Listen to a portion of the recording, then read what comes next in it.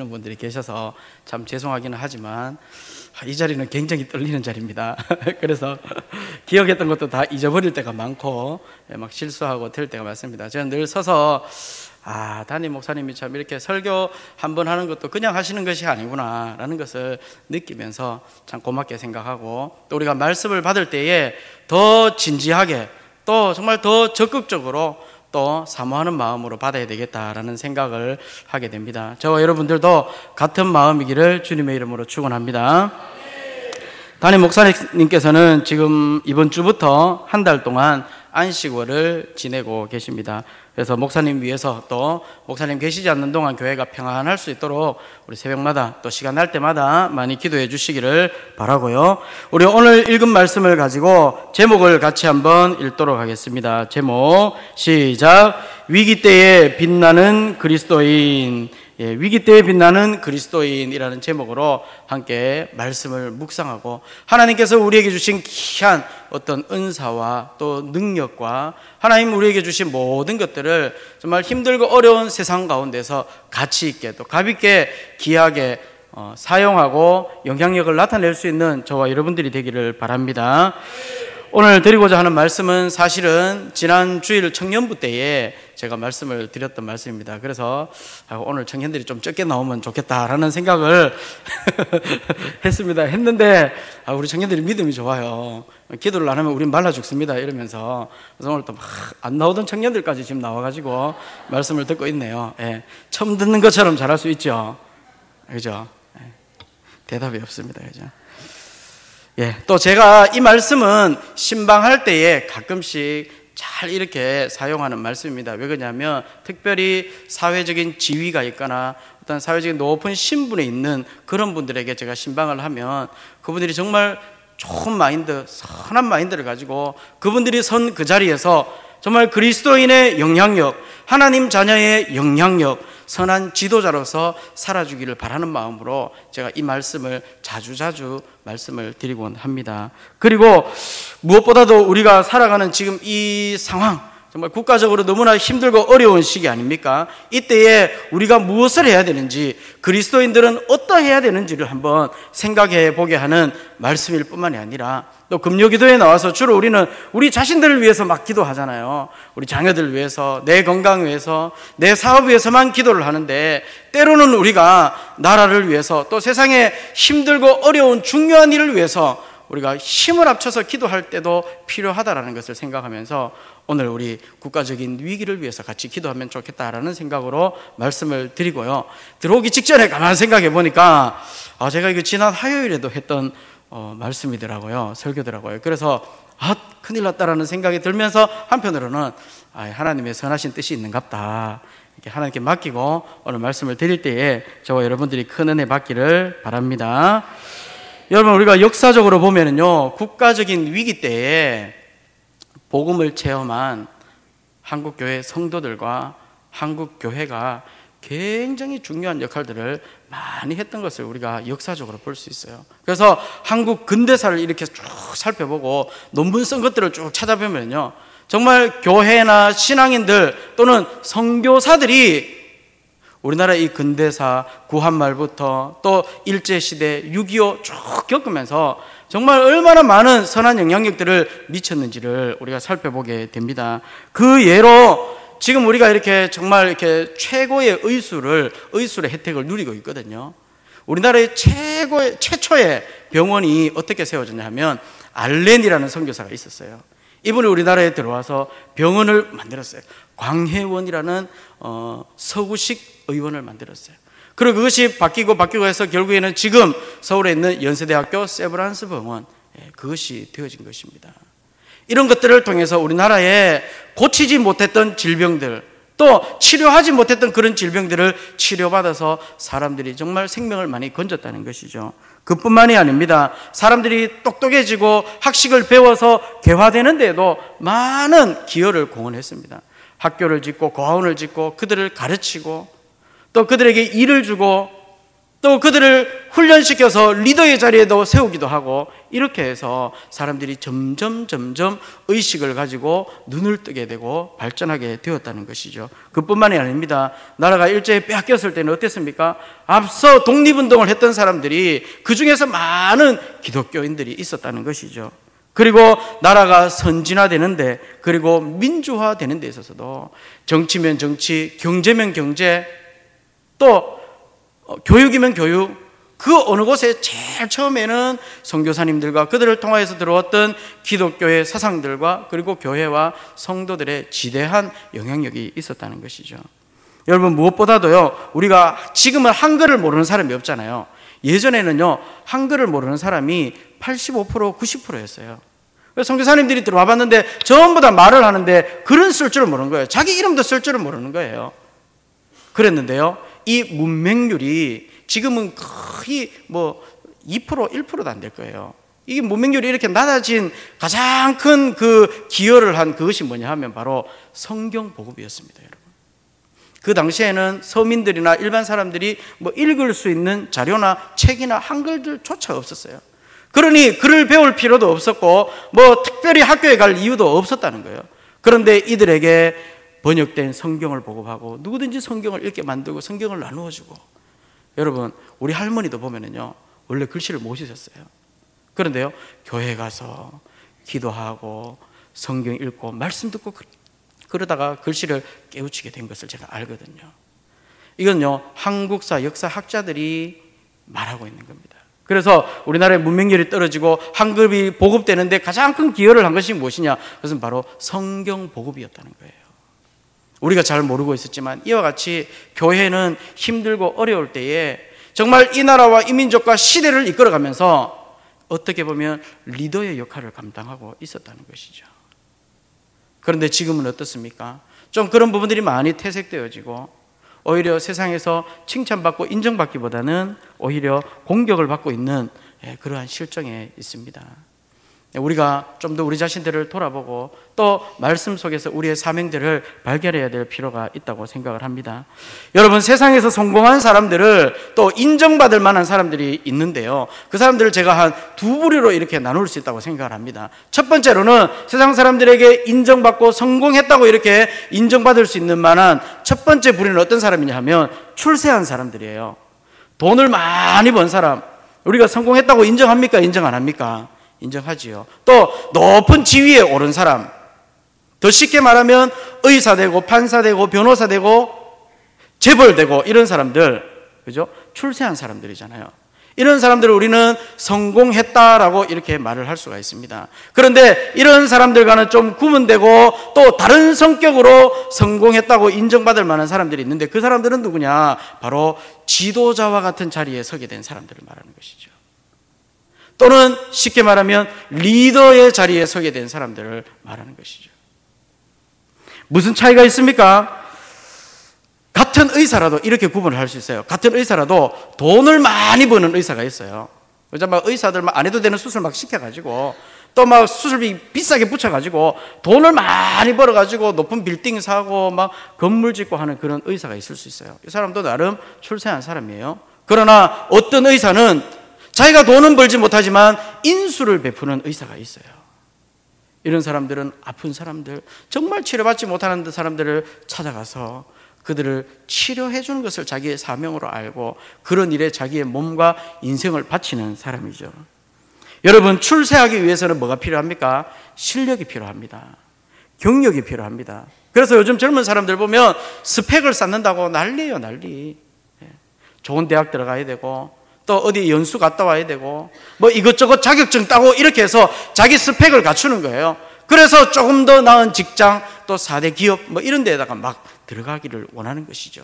그리고 거기서 높은 연봉을 받으면서 성공한 것으로 그렇게 살아가기를 원하는 것이죠. 그런데 지도자나 리더가 되기 위해서는 실력도 필요하지만 그것보다 더 필요한 것이 있어요. 그건 뭐냐? 그 사람의 마인드가 필요한 거예요. 지도자가 되기 위해서는 어떤 마인드가 필요합니까? 남을 위하고 또 사랑과 평화를 추구하고 아프고 약한 사람, 가난한 사람, 굶주리는 사람들을 보면 그들을 긍휼히 여길 줄 알고 불쌍하게 여길 줄 알고 안타깝게 여길 수 있는 그런 마인드가 있는 사람이 바로 지도자, 리더가 될 수 있다는 것이죠.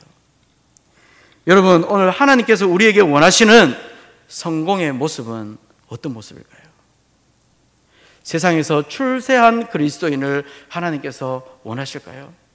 그래서 그것을 위해서 날마다 나와서 기도하고 하나님 앞에 부르짖는 사람을 원하실까요? 아니면 좀 돈은 벌지 못하고 또 높은 지위에 앉지는 못하지만 그러나 세상에 꼭 필요한 사람이 되어서 세상이 힘들고 어려울 때에 그것을 이끌어가고 선한 방향으로 물꼬를 틀 줄 알고 또 지치고 사망의 심령들이 있다면 그들을 위로하고 격려해서 일으켜 세울 수 있는 지도자와 같은 사람, 지도자와 같이 성공한 사람을 하나님께서 원하실까요? 그 정답은 저와 여러분들이 잘 알고 있으리라고 생각을 합니다. 이와 같이 지난날의 역사 속에서 교회와 또 신앙인들이 정말 리더의 역할, 사회의 리더의 역할들을 감당했던 것들을 돌아보면서 다시 한번 오늘 저와 여러분들이 우리의 삶 속에서 이 세상 속에 살아가면서 우리의 역할이 어떠해야 되는지를 다시 한번 생각해 보기를 바라는 그러한 마음에서 이 말씀을 전하고 있습니다. 여러분, 오늘 읽은 말씀에 고넬료라는 사람이 나오고 있습니다. 이 사람에 대해서 지금 자세하게 2절에 걸쳐서 소개를 하고 있는데요, 1절에 보면 이 고넬료에 대해서 뭐라고 소개를 하고 있습니까? 우리 1절 말씀 같이 한번 읽도록 하겠습니다. 가이사랴에 고넬료라 하는 사람이 있으니 이탈리아 부데라 하는 군대의 백부장이라, 이렇게 말합니다. 이 사람이 사는 지역을 이야기하고 있습니다. 가이사랴에 살고 있다. 이 가이사랴는요, 팔레스타인 지역에서 굉장히 중요한 교통의 요지였어요. 그리고 굉장히 중요한 지역이었어요. 그리고 여기에서 배를 타고 저 터키로 가든지 그리스로 가든지 로마로 가든지 아니면 이집트로 가든지 모든 배가, 중요한 도시로 떠나는 배가 다 여기서 출발을 했다는 것입니다.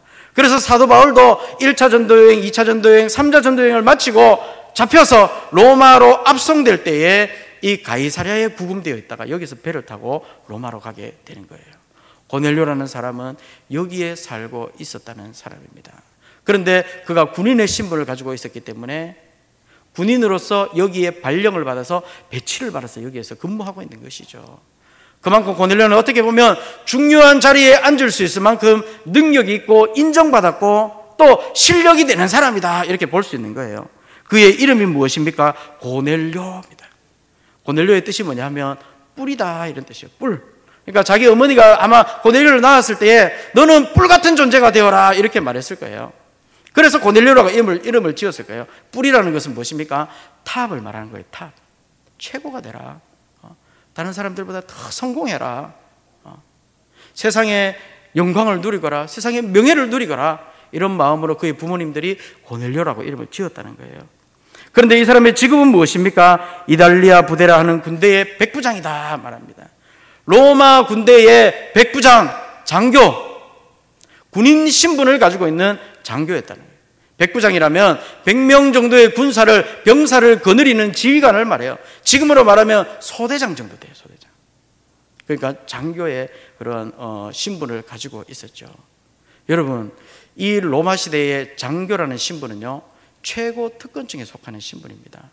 그리고 귀족층에 속하는 신분이고요, 그리고 모든 권력을 가질 수 있는 그러한 신분을 바로 이 군인 신분이에요.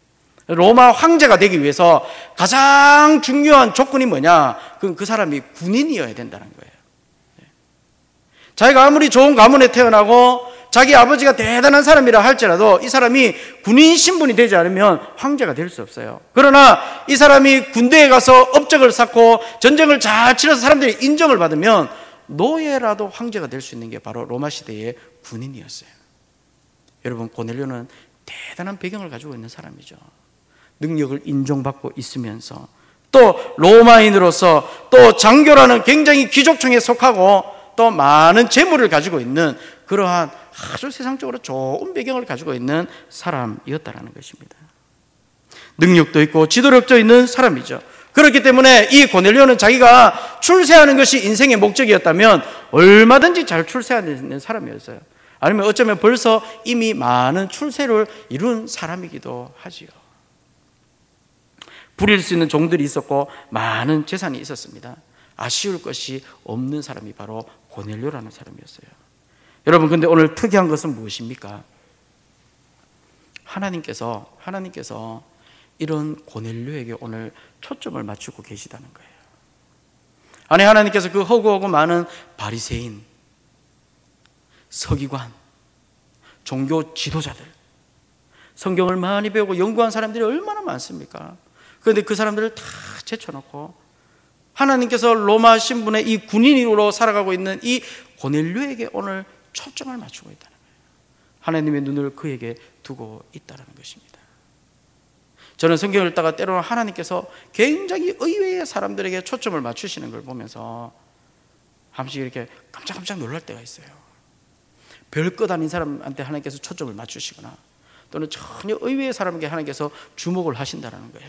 오늘 고넬료 같은 경우도 바로 그런 경우입니다. 여러분, 그렇다면 하나님께서 왜 이 고넬료를 오늘 주목하고 계신 것일까요? 그 이유가 중요한 것이죠. 명예 때문에, 그 사람이 높은 신분을 가졌기 때문에 뭔가 중요한 일을 맡길 수 있을 것 같아서 하나님, 그래서 고넬료의 어떤 세상적인 배경을 보고 그를 택하시고 그에게 초점을 맞추고 계신 것일까요? 그것이 아닙니다. 오늘 하나님께서는요, 고넬료의 영성을 보시고 그의 영성을 귀하게 여기고 오늘 고넬료를 택하고 계신 것입니다. 우리 2절 말씀 같이 한번 읽겠습니다. 2절입니다. 그가 경건하여 온 지방과 더불어 하나님을 경외하며 백성을 많이 구제하고 하나님께 항상 기도하더니 아멘. 여러분, 출세한 사람과 지도자가 된 사람의 차이점이 뭐라 그랬습니까? 내면이 다르다고 했어요. 내면이. 그죠? 지도자가 된 사람들은요, 출세한 사람들이 갖고 있지 않은 아주 탁월한 내면을 가지고 있어요. 모든 사람들을 감동시킬 수 있는 아주 그러한 놀라운 생각과 마인드와 그런 마음을 가지고 있다는 거예요. 오늘 하나님께서 고넬료를 주목하시는데 그를 주목하시는 가장 중요한 이유는 무엇이냐? 하나님께서 그의 영성, 그의 속사람, 그의 속마음을 오늘 다 헤아리고 계셨다는 것입니다. 고넬료는 어떤 사람이었습니까? 첫 번째로 경건하였다 이렇게 말합니다. 그가 경건하여 이렇게 말하죠.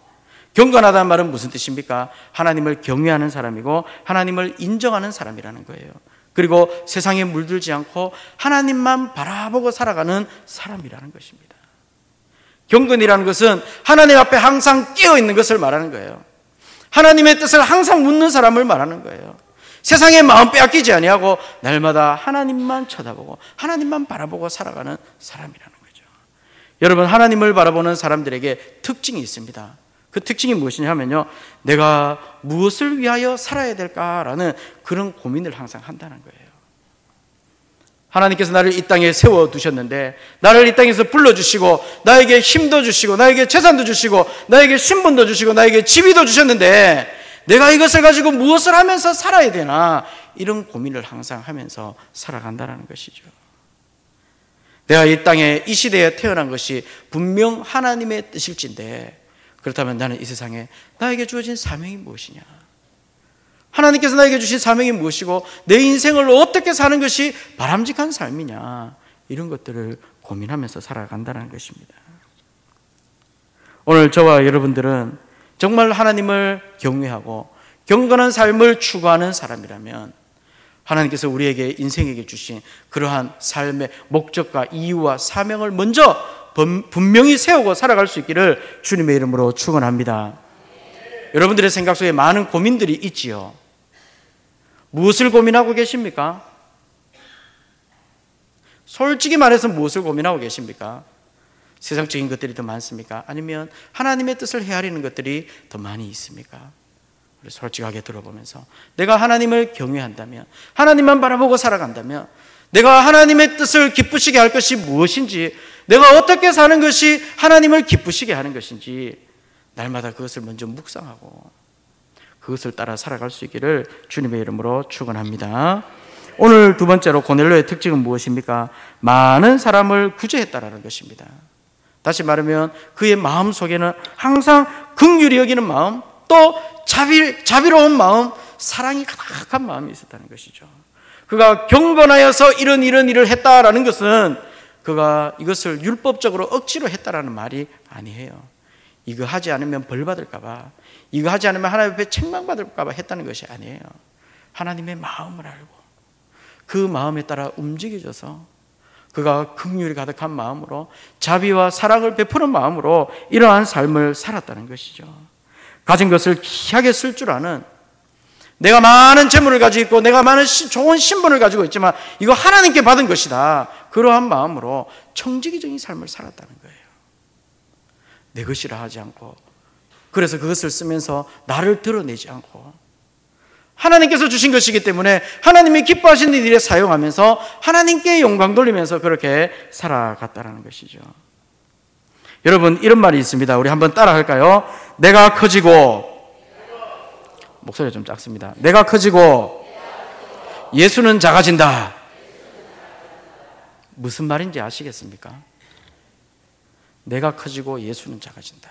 내가 점점 돈을 많이 모으면 모을수록 예수님은 점점 작아 보여진다는 거예요.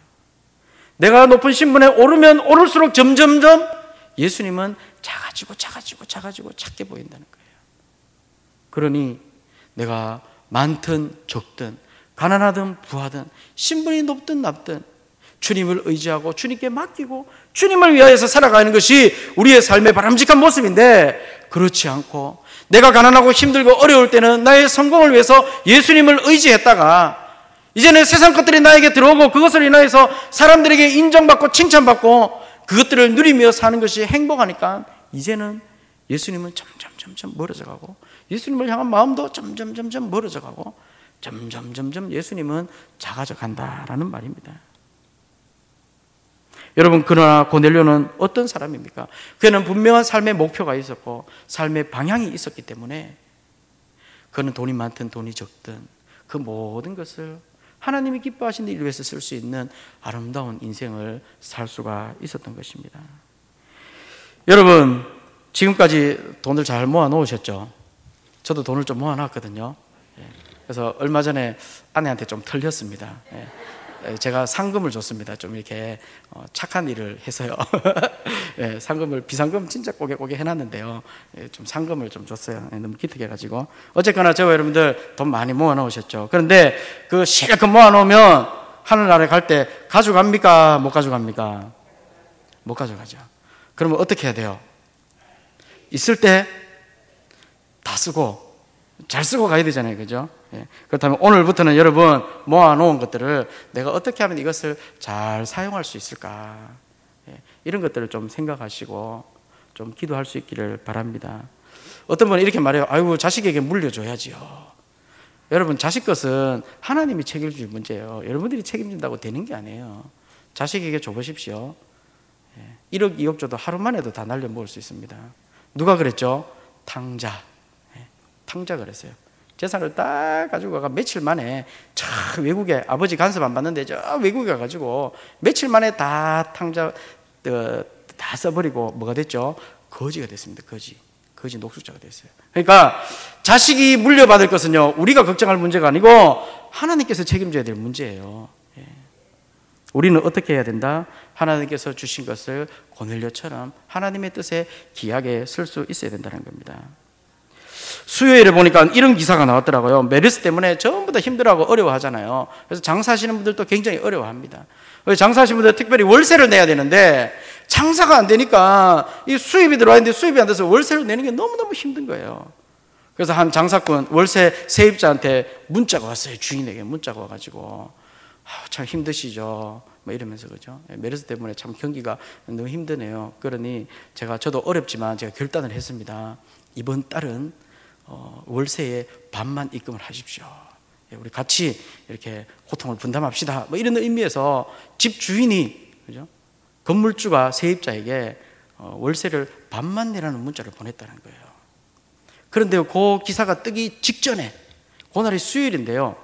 수요일날 우리 수요전도 나가면서 이제 말씀을 듣고 차를 쭉 타고 이렇게 나갑니다. 그리고 저는 저 세동병원, 바로본병원 팀으로 쭉 갑니다. 한 10분이 타셨어요. 가면서 제가 뭘 했냐 하면, 여러분, 정말 세상이 힘들 때는 서로 고통을 분담해야 되는데 우리 예수 믿는 사람들이 먼저 앞장서서 고통을 분담해야 됩니다. 그러니까 우리 권사님, 집사님들, 건물 가지고 계신 분들, 이번 달에는 세입자한테 세 조금만 받으세요. 제가 이렇게 얘기했어요. 그러니까 뒤에서 큰 소리로 아멘! 이러는 거예요. 근데 중요한 건 뭐냐? 건물주가 아무도 없었다는 거. 여러분, 그때 건물주가 있었으면, 그죠? 이 사람 기사보다 지금 먼저 기사가 난 거예요. 예? 아까워 죽겠어요. 아까워 죽겠어. 예. 여러분, 이렇게 힘들고 어려울 때 우리 그리스도인들이 솔선수범을 해야죠. 솔선수범하면서 고통을 분담하는 거예요. 내 혼자 잘 먹고 잘 살기 위해서 내 배만 채우는 것이 아니라 힘들고 어려운 사람들 돌아보면서 조금이라도 그 고통을 덜어줄 수 있는 마음을 가져야죠. 혹시 오늘 오신 분들 중에서 건물주가 있다면 이미 타이밍을 놓쳤지만, 그죠? 좀 이런 실천들을 함으로써 역시 예수 믿는 사람들은 생각이 다르구나, 이런 것들을 통해서 교회의 영광, 교회의 영향력을 나타내는 겁니다. 우리 청년들 있죠, 그죠? 혹시나 결혼한 청년들은 좀 빠듯할 거고, 결혼 안 한 청년들은, 그죠? 좀 여유가 있거든. 통장에 잔고가 좀 남아있거든. 자기한테 월급 주는 사장이 장사가 안 돼가 이번 달에 너무 힘들어한다. 그러면 이렇게 한번 얘기해 보십시오. 사장님, 이번 달에는 제가 고통을 분담하는 차원에서 월급을 반만 받겠습니다. 인간이 왜 이래, 미쳤나? 이러면서도 전적 교회 다닌다 하더니 역시 다르군. 그런데 월급 주는 사람이 야, 너 이번 달에 월급 반만 받아, 이러면 안 돼요. 다 챙겨줘야 돼요. 받는 입장에서 그렇게 하라는 거예요. 여담입니다만은 월요일 날, 다음 주 월요일부터 화요일까지 우리 이청년부의 건장한 신체를 가진 우리 청년 몇몇과 교육자 몇 명이 1박 2일로 부산까지 이제 자전거 종주를 하기로 했습니다. 어떤 사람은 그게 가능하냐 이런 사람도 있고, 막 미친 짓이다 이런 사람도 있고, 이렇게 이 더운데 대단하다 이런 사람도 있고, 막 격려해 주는 사람도 있어요. 지금 멤버가 몇 명이냐? 10명이에요. 10명. 처음에는 저하고 그다음에 우리 청년부 지체 중에 한 명 좀 이렇게 굉장히 좀 이런 바람을 쐬고 싶어하는 청년이 있어서 이렇게 해서 시작을 했는데 일이 커져가지고 지금 10명이 됐거든요. 더 중요한 사실은 안 계시죠? 우리 담임 목사님도 같이 가기로 하셨다는 거. 저는 기대됩니다. 되는데요. 중요한 건 뭐냐? 가는데 생각보다 준비를 해보니까 돈이 많이 들어요. 10명이 가는데, 자전거 타고 가는데 저는 교통비가 안 되니까 돈이 별로 안 들 거라고 생각을 했어요. 근데 예산을 막 때려보니까 거의 100만 원 가까이 돈이 들어요. 10명이 가는데 밥 먹어야 되죠. 자야 되죠. 자전거 고장나면 고쳐야 되죠. 또 돌아올 때 자전거 실어 보내야 되죠. 우리 차 타고 와야 되죠. 이런 거 하니까 거의 100만 원 가까이 들더란 거예요. 다행히 그래도 도와주시는 분이 또 계셔가지고 이렇게 갑니다. 근데 제가 이제 하면서 부산까지 가면 사실 190km입니다. 190km. 굉장히 먼 거리거든요. 고속도로로 가면 120km만 하면 가요. 자전거 타고 가면 이렇게 꼬불꼬불 가야 되기 때문에 190km를 가야 되는데, 도착했을 때에 이것을 성공적으로 도착했다라는 그러한 의미도 있고 굉장히 뿌듯하겠지만, 이걸로 뭔가 좀 약한 것 같은 거예요. 그래서 내가 계속 이벤트를 생각을 하다가 어떤 사람들 보니까 몇 킬로 마일리지 이러면서 막 그러는 거 있더라고요. 그래가지고 요거를 우리가 자전거 탄 그 키로수만큼 좀 이렇게 마일리지로 뭔가 이렇게 좀 환산을 해가지고 여기에서 좀 기금을 모아가지고 좀 좋은 일에 쓸 수 없을까 생각을 하다가, 제가 평소에 굉장히 친하게 지내는 사람을 찾아가서 이런 행사가 있는데 이러면서 이런 취지를 이야기하면서 네 좋은 일 좀 안 할래? 이러면서 우리가 이렇게 자전거를 타면 환경 오염도 덜 되고 하니까 1km에 한 사람당 1km에 100원씩 네가 적립을 좀 해가지고 기금으로 후원을 좀 해라, 이렇게 했어요. 그러니까 그 사람이 좋다라면서 하겠다라는 거예요. 그래서 우리 젊은 청년들은 열심히 자전거를 타고 가면 어떻게 된다? 탔는 만큼 돈이 생긴다. 190km잖아요. 1km당 100원이거든요. 그러다 한 사람이 부산까지 완주를 하면 19,000원이 쌓이는 거예요. 근데 10명이니까 그 돈이 얼마입니까? 19만 원. 어떤 또 다른 분이 또 좋은 뜻을 가지고 나도 동참할게요 이래가지고 2명이 후원을 하게 되면 얼마? 38만 원. 지금 한 사람밖에 없어서 그 돈을 목사님께 상의를 드렸습니다. 상의를 드리고 필요한 곳이 어디 있을까? 우리 필리핀에 개척해놓은 동막사랑교회를 후원하는데 쓰겠습니다. 이렇게 일단은 얘기를 해놨습니다. 얼마나 좋은 일입니까, 그죠? 청년들이 막 열심히, 그죠? 땀을 흘려서 뭔가 해서 그걸로 좋은 일을 쓴다는 거예요. 여러분 혹시나 주변에 어려워하고 힘들어하는 사람이 있는데 정말 도와줘야 되는데 돈이 없다. 저한테 얘기하십시오. 그럼 제가 또 청년들 그죠? 불러가지고 야 우리 자전거 타야 돼. 뭐 이러면서 후원자는 제가 모집할게요. 네. 누구든지 내가 타면 뭐 1km에 100원, 200원 적립해 주겠다라는 후원자는 제가 얼마든지 모집할 수 있어요. 그러면 정말 힘들어서 도와줘야 될 사람들이 있으면 청년들 불러가 야 우리 자전거 타자. 뭐 이래가지고 자전거 타고 이제 그런 일들을 우리가 할 수 있는 것이죠. 여러분, 우리가 가진 모든 것들 어디서 왔습니까? 하나님께로부터 왔습니다. 하나님께서 주신 것이에요. 하나님께서 왜 우리에게 주셨을까요? 우리를 사용하라고. 그런데 하나님께서 우리에게 주시는데 우리가 사용할 만큼만 준 게 아니라 그보다 더 많이 주셨어요. 왜 하나님께서 우리에게 더 많이 주셨을까요? 그것은 좋은 일에 사용하라고. 하나님께서 기뻐하시는 일에 사용하라고.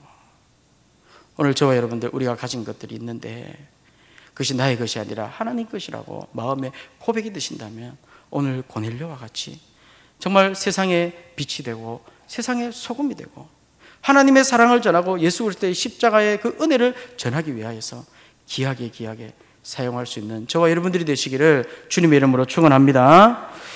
오늘 세 번째로 고넬료는 어떤 사람이었냐? 기도하는 사람이었다는 거예요. 뭐라고 말이합니까? 하나님께 항상 기도하더니 기도를 했는데 기도를 많이 하는 사람이었어요. 항상 기도하더니 이렇게 말하고. 여러분, 기도하는 사람의 특징이 무엇입니까? 두 가지입니다. 첫째로는요, 자신의 부족함을 아는 겸손한 사람이기 때문에 기도한다는 거예요. 내가 다 할 수 있어. 내 자신 있어. 날 도와줄 사람들이 있어. 이렇게 하면 기도 안 하죠. 그런데 내가 부족함을 알고 내가 연약함을 알고 내가 무능함을 아는 사람은 하나님 앞에 기도하게 돼 있다는 거예요. 또 어떤 사람이냐? 하나님의 능력을 확실히 믿는 사람이 기도한다는 거예요. 내가 부족하고 내가 연약하고 불가능해 보이지만 이 메르스라는 질병을 극복하는 것이 불가능해 보이지만 그러나 하나님의 능력으로 할 수 있다. 하나님이 도와주시면 할 수 있다. 하나님께서 감동하시면 어떤 문제라도 다 헤쳐나갈 수 있다라는 그런 확신이 있는 사람은 기도한다는 것입니다. 여러분, 고넬료가 뭐가 부족했겠습니까? 돈도 있고 명예도 있고 부리는 신하도 있었잖아요. 그러나 그거 아는 것이죠. 그것으로 안 된다는 것을 아는 것이죠.